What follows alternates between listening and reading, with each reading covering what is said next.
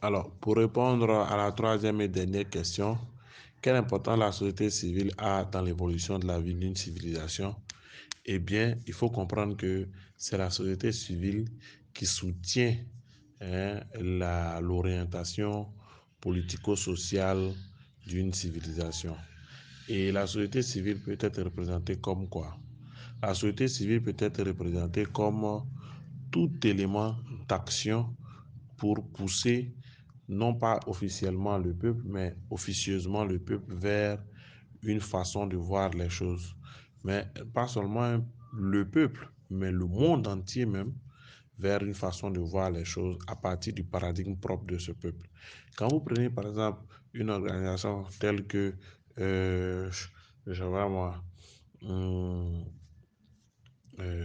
la CPI, par exemple, la Cour pénale internationale, c'est une organisation de société civile, mais qui favorise la vision de la justice occidentale. Voilà. À la CPI, voilà, on considère que ceux qu'on doit juger là-bas sont ceux-là même qui sont dans les pays dits pauvres, entre guillemets, qui font des exactions. Mais quand dans un pays dit riche, entre guillemets, il y a des gens qui font la même chose, voilà, ces pays a des problèmes pour trouver des solutions, ou pour régler les comptes.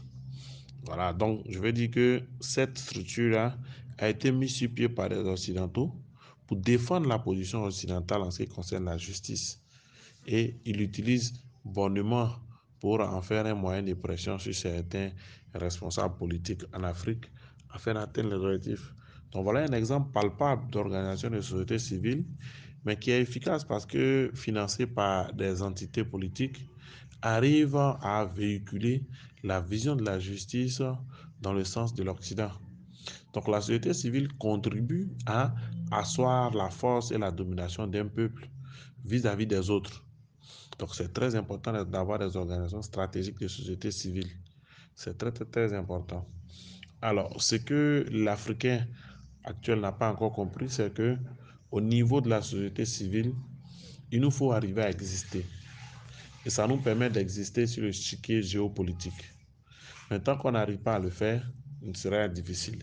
Mais il faut comprendre que les organisations de société civile ne doivent pas être des organisations gouvernementales, ne doivent pas être des organisations alliées à des pays. Non, parce que le problème de l'Afrique, c'est que l'Afrique n'a pas encore réussi à instaurer un système géopolitique qui présente l'Afrique comme une entité globale. Mais malheureusement, l'Afrique est présentée comme plusieurs minuscules petits pays faibles. Donc, les organisations de société civile que nous devons mettre, nous, la nouvelle génération, ne doivent pas être des organisations de société civile par pays, mais doivent être des organisations de société civile continentales capables de défendre l'Afrique de façon sérieuse sur des sujets ou sur des terrains qu'on juge importants. Surtout sur le terrain de la culture, par exemple. Il est important pour les Africains d'avoir des organisations de société civile qui mettent l'accent sur la culture africaine, sur la mise sur pied d'un système de défense de la culture africaine. Il faut arriver à comprendre et accepter que l'Africain doit avoir la capacité lui-même de proposer son projet de société, d'apporter son regard sur le continent et de dire voici le continent que je recherche et voici le continent que je compte laisser à mes descendants.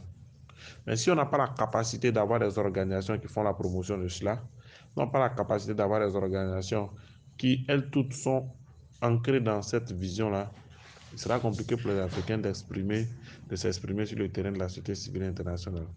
Donc, je veux dire que nous, en tant que nouvelle génération, nous avons une nouvelle vision. Et cette nouvelle vision-là, c'est de faire une nouvelle Afrique.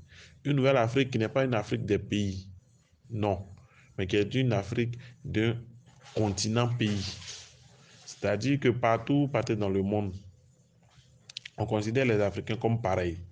Mais il n'y a que les Africains eux-mêmes qui se différencient. Si vous arrivez en Chine, vous parlez le Bété, le Baoulé, ou bien le Bassa au Cameroun, vous parlez le Twi, hein, ou bien vous parlez la Chantilly.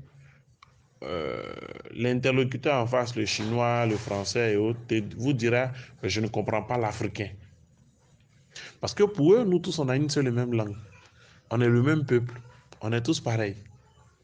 Voilà, donc je veux dire que naturellement, l'Africain même, nous sommes tous pareils. C'est une réalité. Les gens le font inconsciemment par ignorance, mais c'est une réalité qu'ils expriment de façon claire et précise. Nous sommes tous le même peuple, sauf qu'il y a eu des mutations et des différences. Donc, comment pouvons-nous nous défendre lorsqu'on veut que chacun séparément, tout seul, se défende, alors que nous tous, nous avons les mêmes problèmes, nous sommes la même entité? Donc, dans le domaine de la société civile, nous devons arriver à monter des organisations qui arrivent à pousser l'Africain à comprendre que l'Afrique est une seule et unique entité. Voilà. Donc, l'UA avait pour objectif de jouer ce rôle-là, avec l'initiative de Haïlé Sélassié et de Kwame Nkrumah. Mais malheureusement, les vautours occidentaux ont infiltré ces organisations-là pour en faire des organisations mortes-nées. Donc, nous, la nouvelle génération, c'est à ça que nous devons retourner.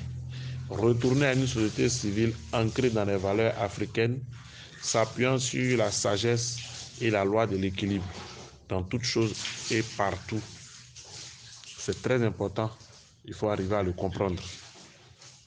OTEP, OTEP, OTEP. Alors, c'est le dernier thème que nous sommes en train d'éplucher. Et aujourd'hui est le premier